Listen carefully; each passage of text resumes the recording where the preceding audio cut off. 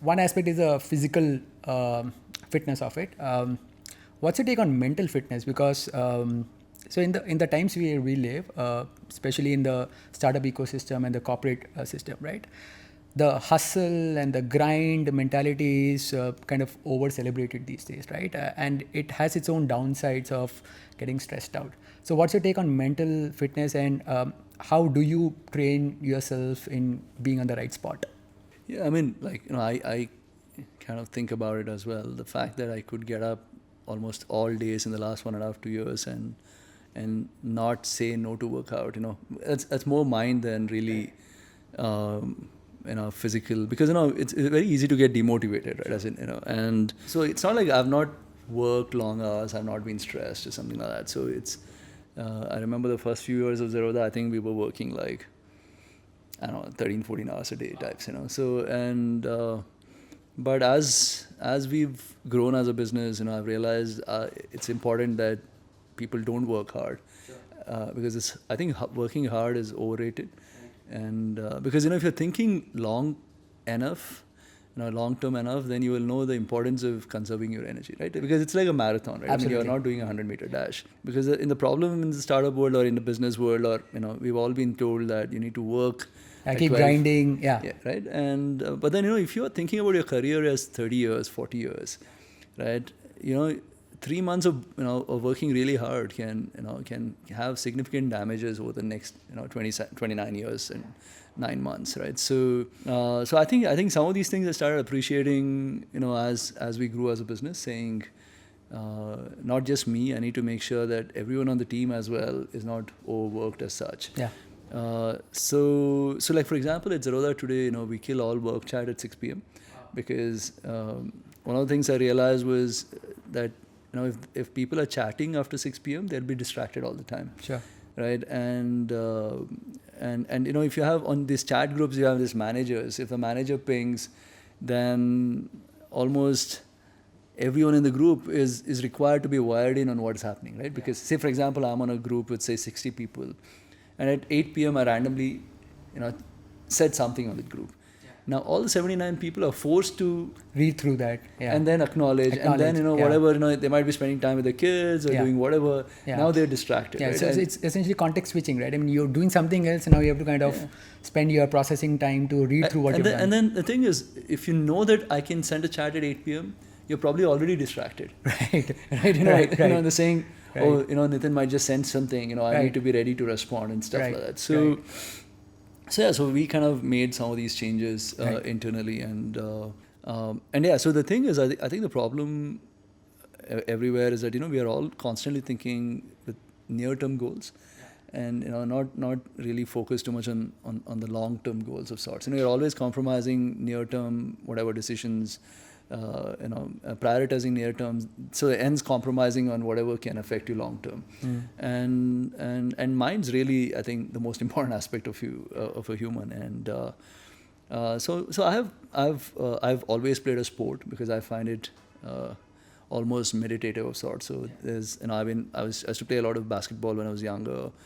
A little bit of football. I love swimming. In between, I got into this whole I'll do triathlons and stuff like that. So there have been different phases, but I've always done something that keeps me, like mentally, where I can't think about work. Because when you're playing a sport, it's impossible for me to think about what's happening with work.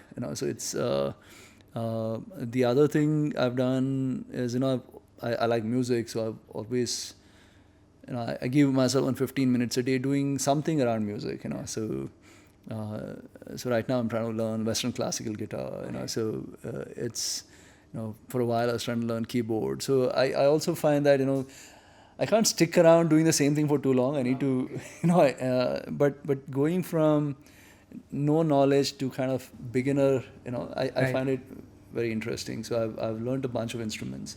Right. And Kian, my son, plays the drums now. Yeah, I know that. Yeah. So now now that he's playing the drums, I have we are usually playing 10-15 minutes of music every day, and then now I've also he's 7 years old. So one of the ways I think I keep myself mentally okay is I try to spend at least 30 to 45 minutes every day with Every him. day? Okay. Just before sleep. We just pick up and talk about random stuff. Right now, I just brought him this Olympiad books. Oh my God, like second standard kids have to do such fancy maths. So do you have to do your homework to go and sit with him first? No. We just randomly, Okay. just sit down and. But I think by the time he gets to fourth standard, Yeah. and if I'm, I have a feeling these math Olympiad books are going to be so challenging that I will have you to start probably have to take tuitions. so, Right. and the other thing I've done personally is I try to kill all my devices by 7:30. So there isn't any. I'm trying because I find it hard to sleep if I'm wired. Sure. So by 7:38 I've killed all my this thing. So that's one of your sleep protocols, right? You kind of prepare yourself for your sleep, and it's just not like you just go and crash. Yeah, I find it really hard to do it. Because if I'm wired, I'm thinking about something about work. I go to the bed. It just I carry it along with me, and I've struggled with sleep historically, but this killing devices over the last 1 year has helped me significantly. Right. So I kill devices, spend some time with Kian, and then I go to sleep. So it kind of puts me in that zone where I'm more relaxed than wired, and I think I don't think enough people give importance to sleep, right? I think True. Probably the most ignored aspect. Because people kind of take it granted that when you start yawning, that's the time. Probably when you start yawning, that's a red signal that you're too late. Yeah, and it's also glorified, right? Saying I sleep only 5. People come out and glorify. Like, I have friends who come and say, what, I sleep only 3 hours. I'm like, what's wrong? You're so stupid. Right, absolutely. You're just ruining your life. Mentally, physically. You'll probably not see it today, but you'll see it in 10 years, 20 years from now. So I think like I said, I think some of these things are glorified, which is work too much, sleep very little, and stuff like that. And I think near term you might see some good outcomes, but it's like the marathon, right? If you run really fast right at the start, you burn out. You probably will not finish well. Sure. So right. So I think that's how I look. At least now, as I've gotten older, I think I've more matured, and I think of conserving myself. I was listening to another interesting podcast where, a very interesting question, which is, how do you want to lead your last 10 years of your life? Wow. Right. And you have an answer for that? Yeah, I want to be playing a sport when I'm, I don't want to be bedridden, and so I know now if you kind of go back, usually you forecast, but if you can backcast, saying that if at 90, I don't know if you've seen Carl Icahn, one of those billionaire investors.